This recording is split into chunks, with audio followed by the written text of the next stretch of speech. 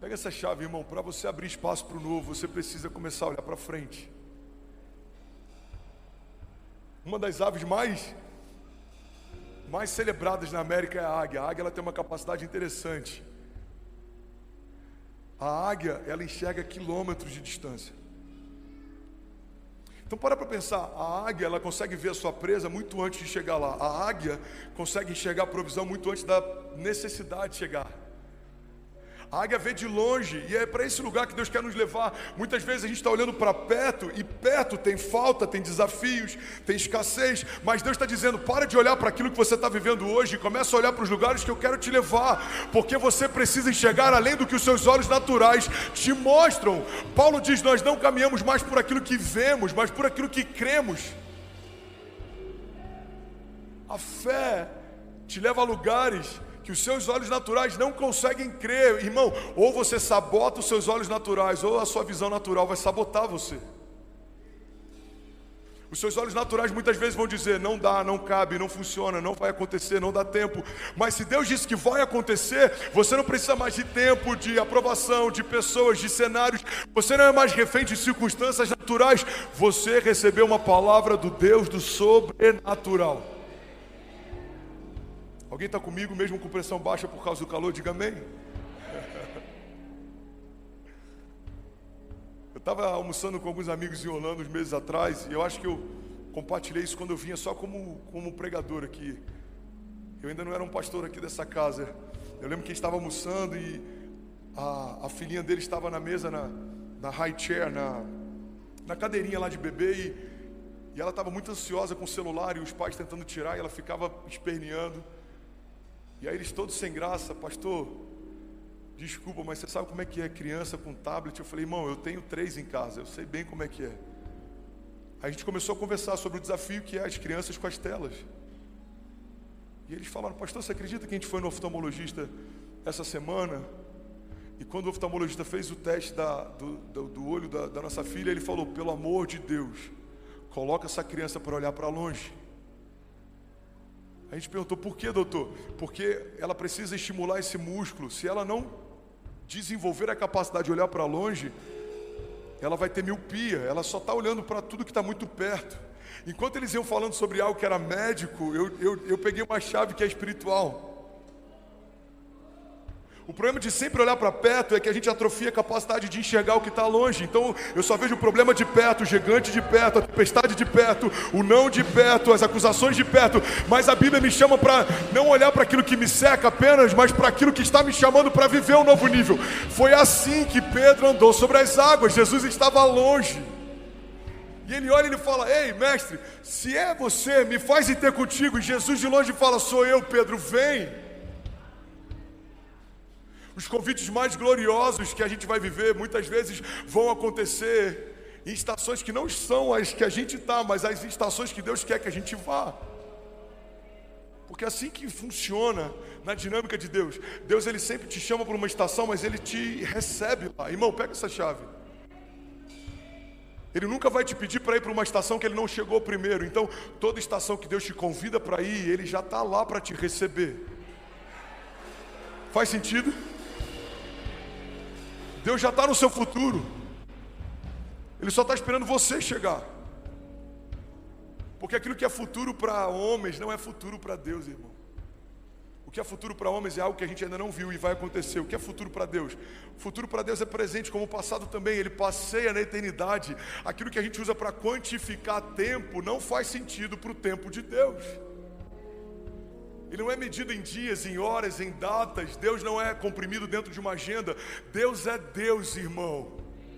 Ele não foi inserido na história, Ele pariu a história. Ele não foi gerado na eternidade, Ele gerou a eternidade. Então o Deus que gerou a eternidade já está no seu futuro esperando você chegar. Você está comigo? Diga amém. Irmão, olha para mim, eu acredito de verdade. E o que a gente está vivendo em 2 meses de igreja, eu acho que já é fruto e uma revelação disso.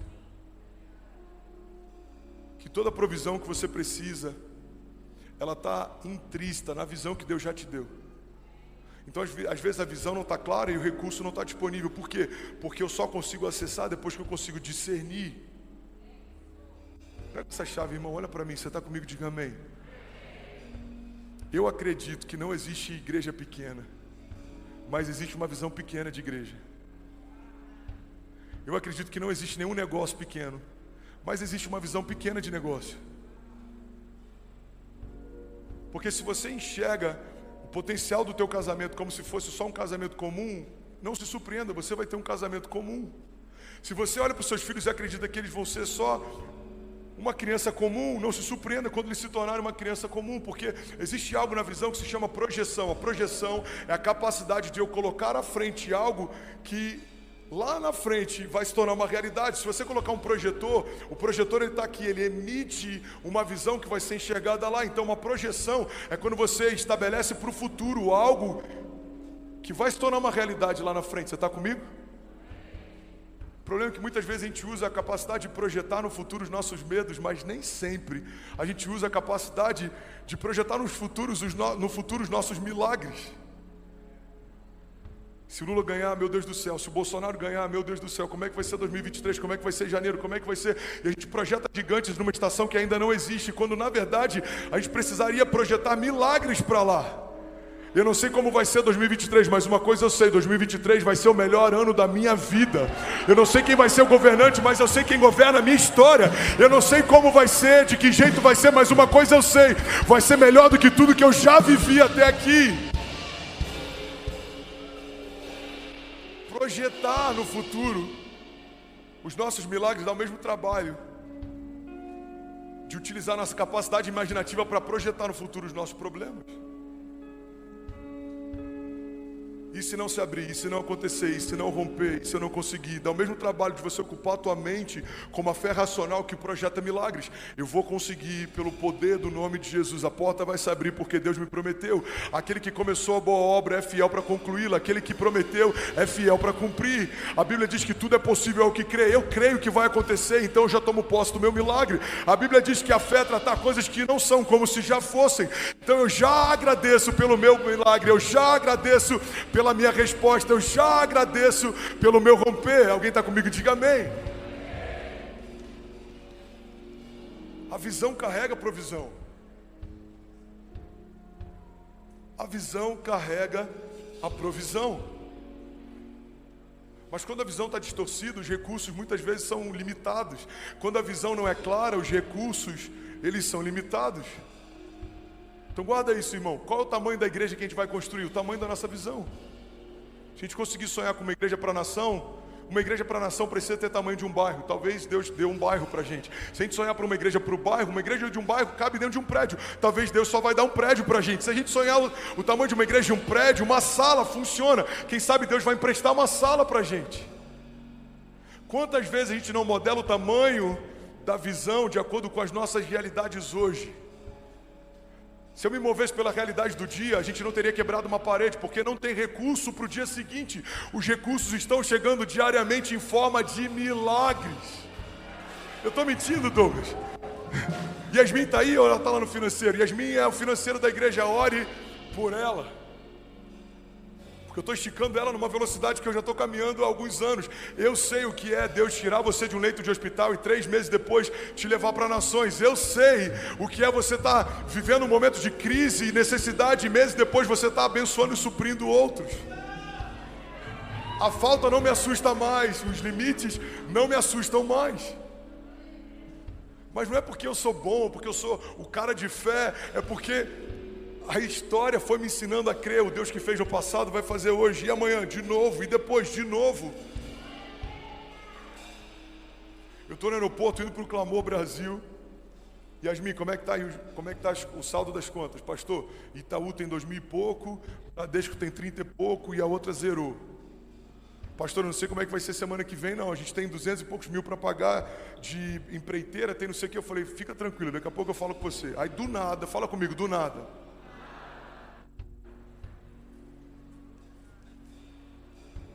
Eu amo do nada de Deus.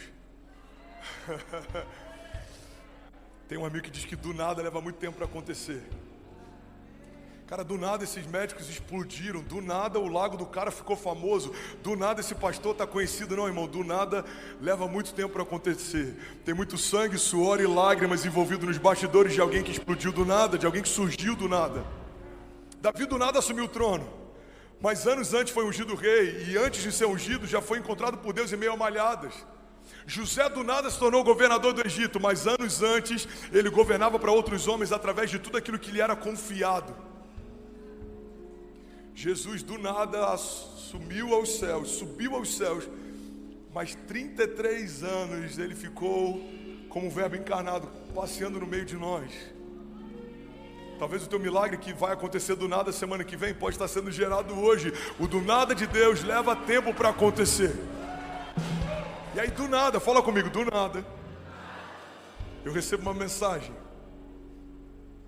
Aí um membro aqui da nossa igreja: pastor, como é que está a obra? Me senti incomodado, eu falei: você quer que eu fale de qual parte? Não, como é que está de grana? Eu falei: cara, zerou, eu estou esperando o próximo milagre para a gente dar o próximo romper.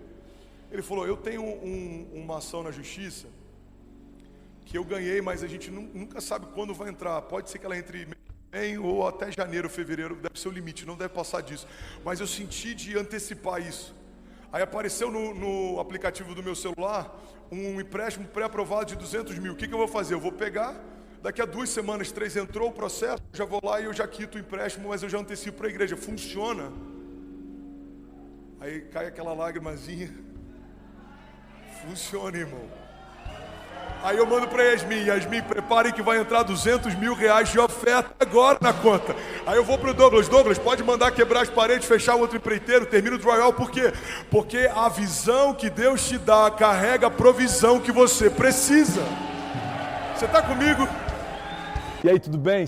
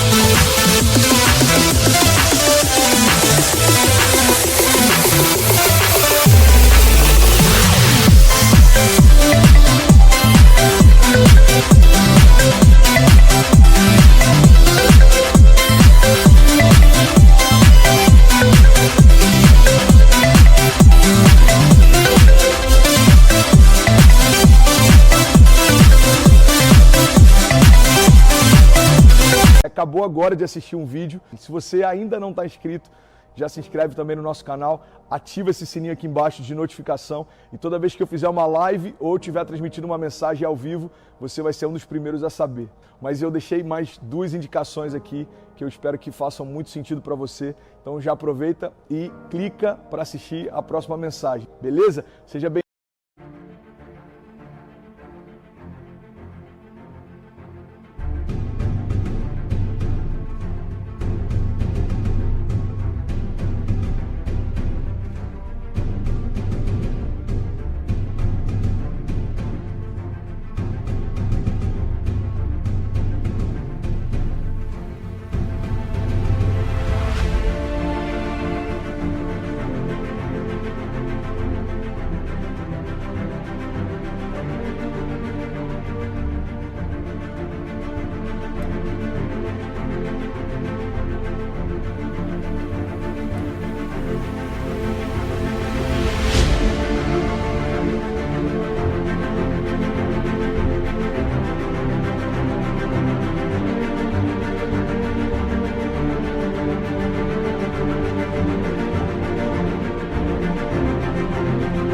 Bem-vindo ao time de incendiários e eu espero de verdade que essas mensagens mudem a sua vida como elas têm mudado a minha também. Até a próxima. Valeu!